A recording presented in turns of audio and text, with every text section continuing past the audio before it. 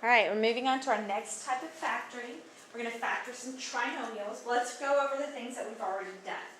We have first learned that you've got to check everything for a GCF. That was it's the easiest thing to do. It's also the first thing we'll forget to do. But check every problem for a GCF. After you check to see if it has a GCF, you check to see, is it a binomial? If it's a binomial, is it subtraction? If it's subtraction, are they perfect squares? If so, you can factor it by the pattern of difference of two perfect squares. If it is not perfect squares, check and see if they are perfect cubes. That could be some indifference of cubes, which is the last thing we did.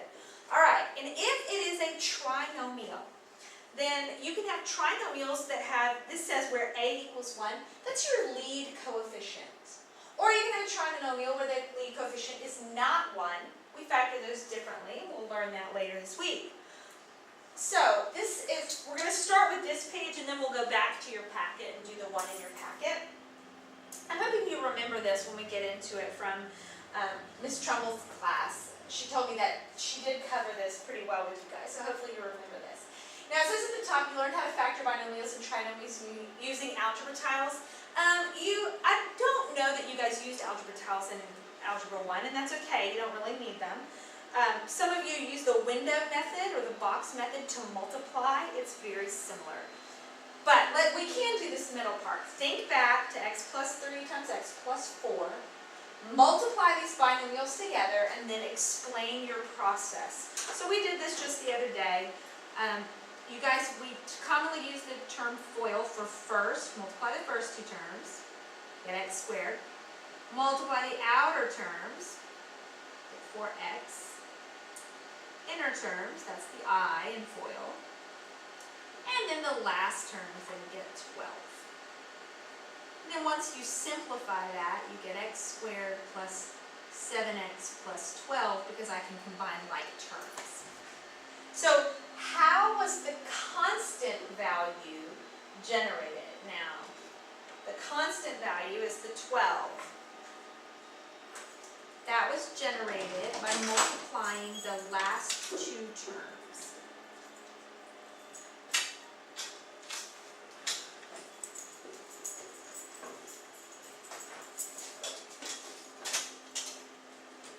And then how was the coefficient of the x term generated? So how did we get a 7 right here?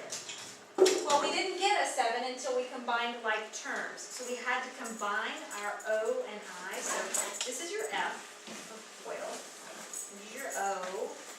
This is I. And that's your L term. So we had to add the O and I terms in order to get that 7. Okay, so these are the processes that you use to generate that polynomial when you're multiplying. So if we're factoring, we're going to undo that. So we're using those same processes. We're going to use a factor sum chart. So the word factor, remember, comes from multiplication. So we've got multiplying here. And then addition. So that's where factors and sums come from. All right, so we're going to look at factoring x squared plus 6x plus 8. You need all of the factors of 8. You know what factors are, the numbers you multiply to get 8. And then you're going to combine them to find a sum of 6. So the factors of 8 are 2 and 4 and 1 and 8. If we add 2 and 4, we get 6. If we add 1 and 8, we get 9. That's what a factor sum chart looks like, and we'll do some of our own. The pair in the chart that gives a sum of 6, that's this one. That's how we get this coefficient, 6x, is from these pairs. So it factors as x plus 2, x plus 4. Because those are the terms that we combine to give you 6. All right, so let's work one. I've got a factor sum chart created for us. You need factors of the constant to make a sum of what we call the linear term, the one that has just one x on it. So in this case, I need factors of the 24 that make a sum of 10. Okay, well you can just go through and list all the factors of 24. Now you list them in their factor pairs. So 1 goes with 24, 2 and 12, 3 and 8, 4 and 6. Those are all the factors of 24. Now I can sum them and get 25, 14, 11, and 10. Well, I am looking for the set that makes a sum of 10. So I'm looking for this set. That means that x plus 4 and x plus 6 are my factors. Now you're going to get to the point where you're good enough at this that you can do it in your head. And once you can do it in your head, great, do it in your head. But for right now, I want you to use this the factor sum charts. Okay, so remember, you're looking for factors of the constant, so factors of negative 18, that sum to give you positive 7. Now, here's a little different because it's negative 18. So, not only it's going to be, it could be negative 1 and 18, or it could be 1 and negative 18. Because when I multiply those, that's how I get 18. It could be negative 2 and 9, or it could be 2 and negative 9. Negative 3 and 6, or 3 and negative 6. That's all the factors of 18. And now I'm going to sum them. This would be positive 17, negative 17, positive 7, negative 7, 3, and negative 3. Well, remember, you are looking for the ones that give you the middle coefficient, positive 7. So that's this set. So now when I write my factors, because it's negative 2 and positive 9, it'll be x minus 2 and x plus 9. Alright, so let me give you a minute to try number 3 on your own.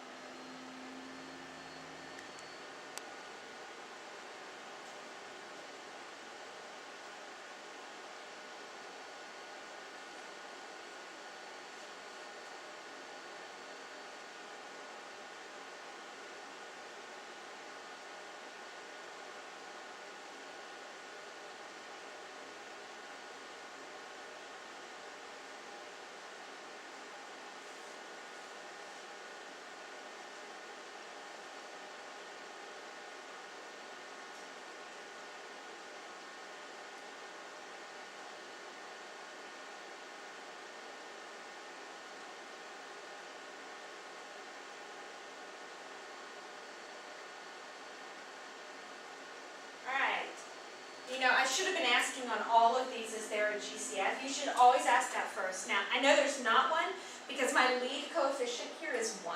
So that's why I haven't been asking, but you should always, always ask. So, first question, is there a GCF? No, there's not. So the next thing I need to do is go ahead and create my factor sum chart.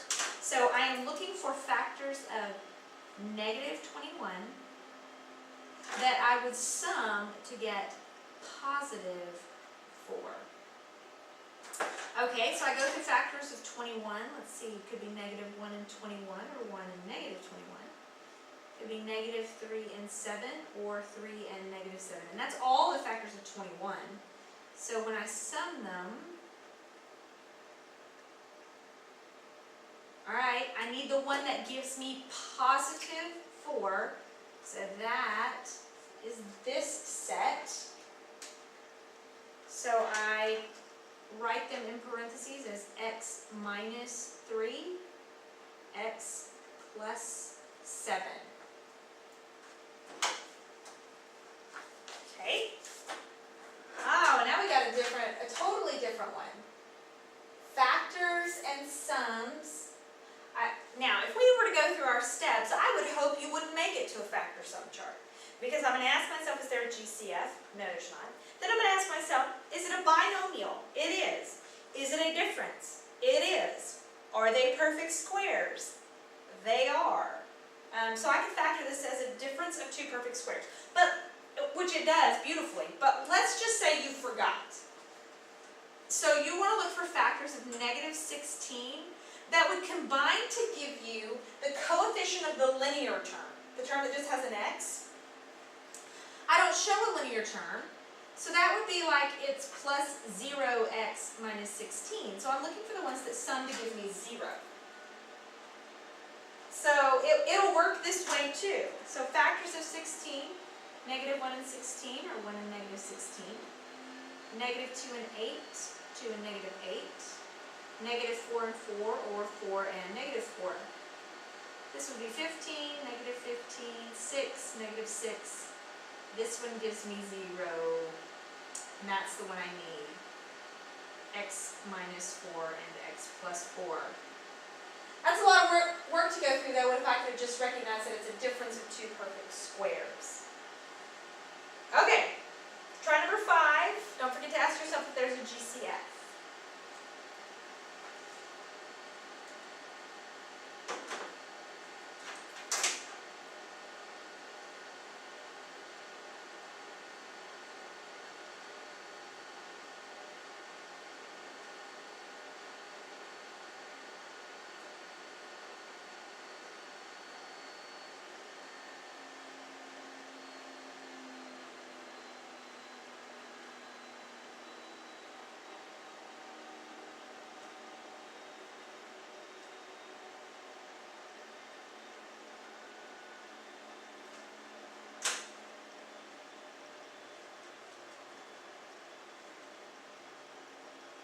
There's my factor sum charts. Now, how many of you are getting to the point where you can do this without the factor sum chart? You should be getting pretty close. Now, let me show you a little trick. If you are able to use your calculator, let's say you're unsure of all of the factors of a number. I mean, obviously, 42, 16, we can go through those. But if they give you a crazy off-the-wall number and you just don't know, like a 3-digit number or something, let's say they give you 324. Now, I could go through and figure out all the factors, but if they're going to give me a big number like 324, chances are it's a calculator type question. So just want to show you something real quick in your calculator you can do to help yourself find factors. I can put 324 divided by x in my calculator.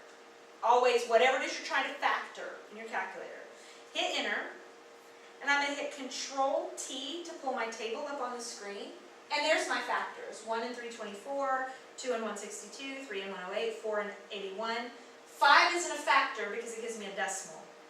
6 and 54, 7's not a factor, 8's not a factor, 9 and 36, they're factors. So that's one way you can pull up factors if you don't know them. Okay, so now back to the worksheet real quick.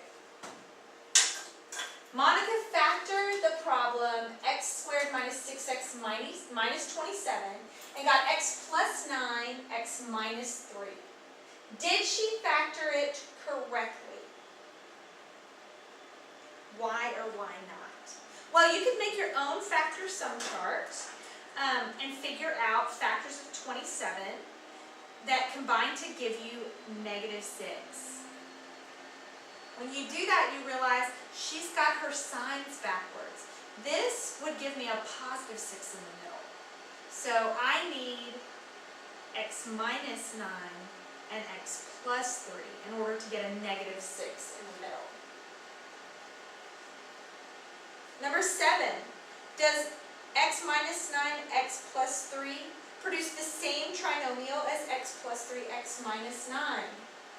You could FOIL them out and see if they produce the same trinomial.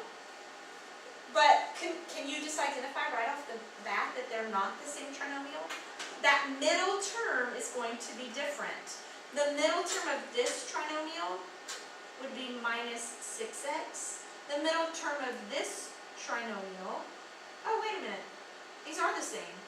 Ah, these are the same. I thought they'd switch the signs, but they didn't switch the signs. They switched So yes, they're the same. Because, and I've told you this before, multiplication is commutative. It can be done in any order. So they are the same. Okay, so now you have a worksheet to complete. Factoring trinomials where your a value is 1. If you need to create the factor sum chart, go ahead. If you can get correct answers without the factor sum chart, that is okay too.